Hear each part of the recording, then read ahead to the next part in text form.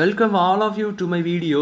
In this video we are going to see chapter 1 relations and functions example 1.5. என்ன கொடுத்திருக்காங்க பாருங்க. The arrow diagram shows a relationship between the sets P and Q. Write the relation in set builder form, roster form and what is the domain and range of R. So ஒன்றுமே இல்லை. Example என்ன கொடுத்துருக்காங்கன்னா ஒரு ஆரோ diagram கொடுத்துட்டாங்க. So மூணுன்னா நீங்கள் இந்த relation இது ஒரு ரிலேஷன் தான், இது ரிலேஷன்ஷிப்னு தான் சொல்கிறாங்க. பி அண்ட் கியூக்குள்ள ரிலேஷன்ஷிப்னு சொல்கிறாங்க. ஸோ அந்த ரிலேஷனை நம்ம செட் பில்டர் ஃபார்ம்லேயே ரோஸ்டர் ஃபார்ம்லேயே டொமைன் அண்ட் ரேஞ்ச்லேயும் நம்ம எழுதணும்னு சொல்லியிருக்காங்க. ஸோ ஃபஸ்ட் ஒன் பாருங்கள், செட் பில்டர் ஃபார்ம் கேட்டிருக்காங்க.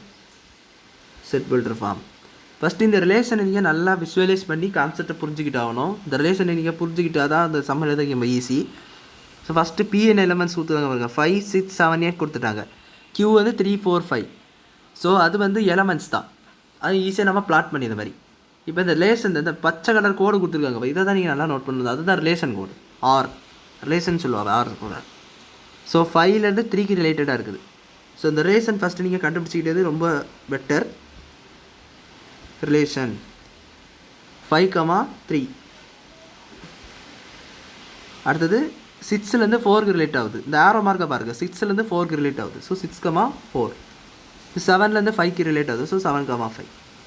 அவ்வளோதான். இந்த 8 போடணுமே, 8க்கு எந்த கோடும் இல்லையே, நம்ம போட்டால் கூட வராது. 8க்கு எந்த ஒரு ரிலேஷனும் இல்லை. ஸோ அதனால் 8 நீங்கள் அப்படியே விட்டுற வேண்டியதான்.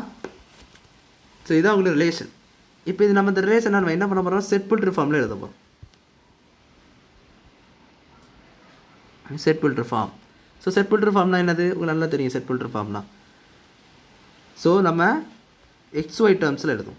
So set of x, y such that set பேர் என்ன போட்டுக்கலாம், ஏன்னு போட்டுக்கலாமா, அங்கே கொடுத்துட்டாங்க பின்னு. ஸோ அது பேர் உங்கள் விருப்ப நீங்கள் கொடுத்துருக்காங்க. So x, y such that y is equal to x minus 2. So இந்த y உங்களுக்கு கிடைக்கணும். இந்த y உங்களுக்கு கிடைக்கணும்னா இது எக்ஸ் எடுத்துக்கிறேன், இதுலேருந்து 2 குறைச்சா மட்டும்தான் உங்களுக்கு ஒய் கிடைக்கும். அதுதான் அந்த ரிலேஷன் படி தான் நான் எழுதியிருக்கேன். வேறு எக்ஸ் வந்து என்னவாக இருக்குது, பியாக இருக்குது, ஒய் வந்து கியூவாக இருக்குது. ஸோ அதுதான் செட் ரிலேஷன், செட் பில்டர் ஃபார்மில் எழுதியிருக்கோம் நம்ம. இப்போ ரோஸ்டர் ஃபார்மில் எழுதணும். ரெண்டாவது தானே கேட்டுருக்காங்க roster form. So roster form நம்ம அப்படியே ஃபஸ்ட்டு என்ன ரிலேஷன் கண்டுபிடிச்சோம், நம்ம ரிலேஷன் கண்டுபிடிச்சோம்ல, அதை நீங்கள் அப்படியே தூக்கி தான் எழுதணும் ரோஸ்டர் ஃபார்மில். So set of 3, 5, 3, 6, 4 and 7, 5. 8 எழுதி வச்சிடாதீங்க, 8 எழுதுனா தப்பாயிரும். So third domain and range கேட்டிருப்பாங்க. டொமைன் என்ன, ரேஞ்ச் என்ன. ஸோ டொமைன் மீனிங் என்ன, ரேஞ்ச் மீனிங் என்ன. ஒரு ஆரோ டயக்ராம் கொடுத்து டொமைன் ரேஞ்ச்லாம் பார்க்கும்போது அந்த ரிலேஷன்ஸில் இருக்கக்கூடிய லெஃப்ட் சைடு எலமெண்ட்ஸ், அதாவது இங்கே ரிலேஷன்ஸ் ரோஸ்டர் ஃபார்மில் இருக்கிறது பாருங்கள். உங்களுக்கு வந்து நம்மளுக்கு தெரியும் x, yயில் எக்ஸ் ஆக்சிஸ் எது, ஒய் ஆக்சிஸ் எதுன்னு. எக்ஸ் ஆக்சிஸ் இது, ஒய் ஆக்சிஸ் இது.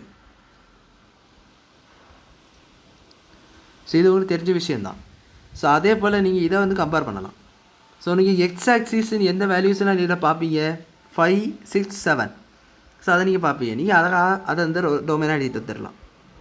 ஸோ 5 6 7 அதான் டொமைன் உங்களுக்கு. இது 8 எழுதலாமான்னு கேட்பீங்க. 8 எழுதக்கூடாது. ஏன்னா நான் ஆல்ரெடி சொல்லிட்டு இதுக்கு ஒரு ரிலேஷன்டே இல்லை, ரிலேஷன்ஷிப்பே இல்லை. அது வந்து ஒரு வீட்டுக்கு வெளியே இருக்கிற மாதிரி, 8 வீட்டுக்கு வெளியே இருக்கிற மாதிரி. அதனால் நீங்கள் அதை வந்து கால்குலேட் பண்ணக்கூடாது.